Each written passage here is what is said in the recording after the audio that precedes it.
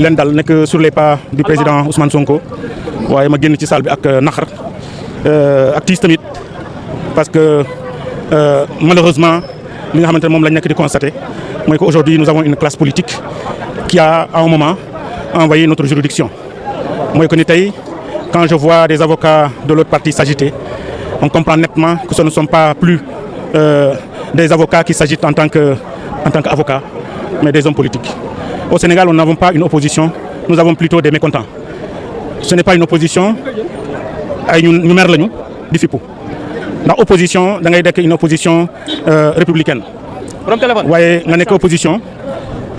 te yow defoo dara pour maintenir au pouvoir nga nekk opposition nga nekk mécontent parce que tout simplement da nga mer li nga quitter le pouvoir alors que tu n'as rien fait pour rester au pouvoir tey loolu la ñu nekk di constater malheureusement et ce que moi j'ai constaté dans la salle mooy que ñoom Azoura les avocats je ne sais pas de l'autre parti sont venus politiser un dossier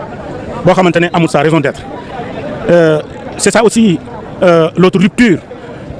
du pouvoir actuel du régime actuel jamais dans l'histoire politique du Sénégal un premier ministre dem taxawu un détenu parce que ki mu àndal musul dem tribunal musul dem kaso parce que toujours protégé loolu mooy rupture bi jamais dans l'histoire politique du Sénégal un président de parti nekk au pouvoir nekk premier ministre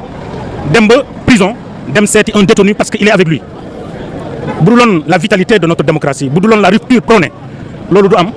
bu ñu doon def comme ñeneen ñi loolu du am parce que on va peser sur la balance pour que mu bañ a dem kaso mais dañu ne rupture lañ wax fu mbax na doone benn ñu ñëpp benn lañ fa justice woo ko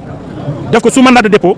jàpp naa ne tout simplement premier ministre président du parti jóge bureau dem seeti ko ca kaso ba jàpp naa ne ça c'est un acte fort et qui aujourd'hui nous renforce dans l'idée selon laquelle véritablement nous sommes désormais dans un pays démocratique dans un état de droit et dans une vraie république loolu mooy la rupture boo xamante ne il faut consommer ça.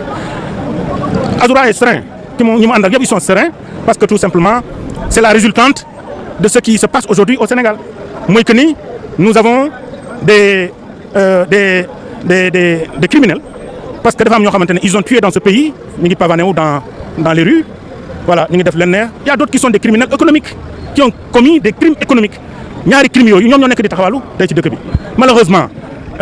justice bi moi je ne suis pas justice vous n'êtes pas la justice mais nous constatons tout simplement qu'il y a eu une lenteur en tout cas dans l'exécution aujourd'hui de ce qui se passe dans ce pays loolu moo tax ma jàpp ne lii nii boo gisee muy am rek c'est parce que tout simplement dafa am lu fi yéex te dañ ko war a baral parce que tout simplement il faut le rappeler encore une fois Sénégal gii la ñu nekk ñun ñëpp ñu fekkee ko c'est entre 2021 et 2024 où il y a eu des crimes contre l'humanité ñoo xamante ne dañoo dee plus de 82 personnes ñoo xamante ne nit moo taxaw rey leen du dara du feebar du dara mais nit a taxaw